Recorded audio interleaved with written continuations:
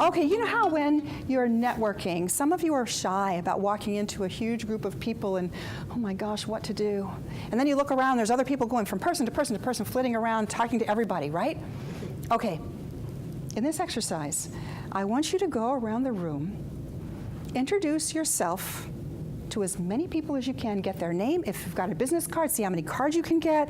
Maybe you don't have your cards on you right now, but see how many names you can get, how many people you can introduce yourself to. Ready, set, go.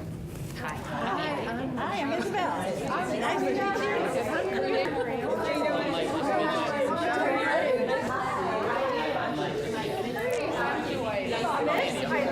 All right, everybody stop. Now you can have a seat at your desk. But there are a couple of people here that you don't know. I want you to tell me, how many people can you remember? How many people can you remember that you just introduced yourself to? 4. 3. 4. Can you say their names? Yeah. Can you tell anything about them that you don't already know? Exactly. You didn't have time for that, did you? Right. All right. Okay, everyone, you know how when you go to these different networking or socializing meetings and it's like, where do I start? There's all these people. What I'd like you to do now is I'd like you to partner up, designate which one of you is going to be the talker. Any one of you going to choose to be a talker?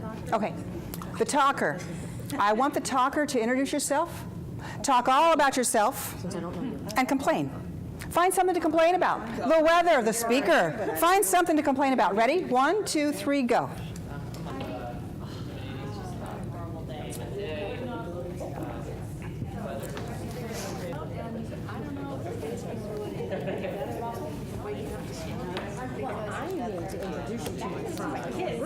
All right, everybody stop. How'd that feel? A little awkward. Yeah. Weird. How many times have you been in a socializing situation and somebody comes up and they're just all over you, right? Always. Yeah. Negativity. Yeah. And it just, everybody just feels, ugh.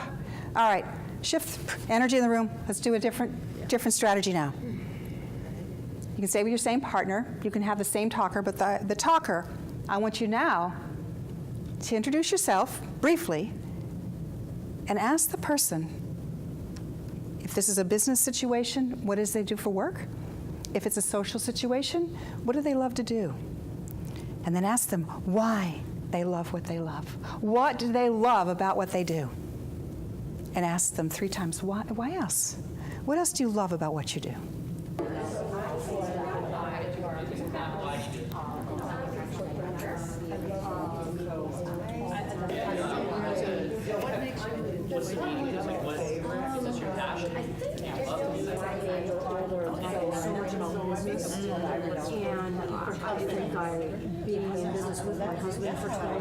I hate to interrupt you. You guys are all smiling.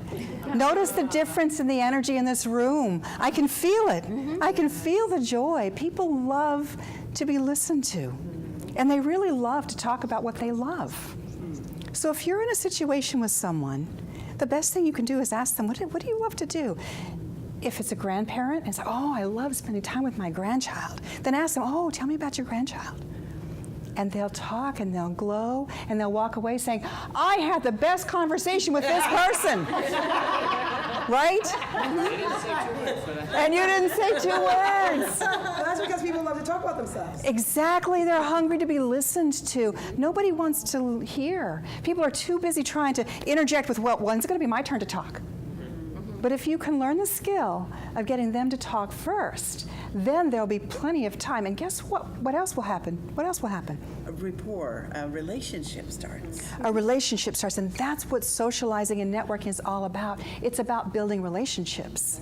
And the other thing, for those of us that are in business, you get to find out, oh, this person has a child that may want to go to art school. This child may need a tutor. This person may need someone that can help them with their cooking. So by getting them to talk about what they love, you get to learn about them, and then when it's your turn to talk, you can tailor your message to them. Do you see how that works? Mm-hmm. So, for instance, if I'm talking with someone I don't want to just push on them things about children, and maybe they had a sad situation with a child and they don't want to talk about a child. Get them to talk first. Then you know the boundaries of what you can share. Right? Yeah. That's a very good point. Yeah. Because after a little while, they're going to want you to talk. Exactly. I start feeling like I'm talking too much. And then that's your forum, and you'll know how to directly address them. Plus, they'll be more apt to listen now Yes. because you gave them the floor and the opportunity to be able to share, and now they're going to want to be able to give you that same opportunity as well. Exactly. Hence, a relationship starts to develop.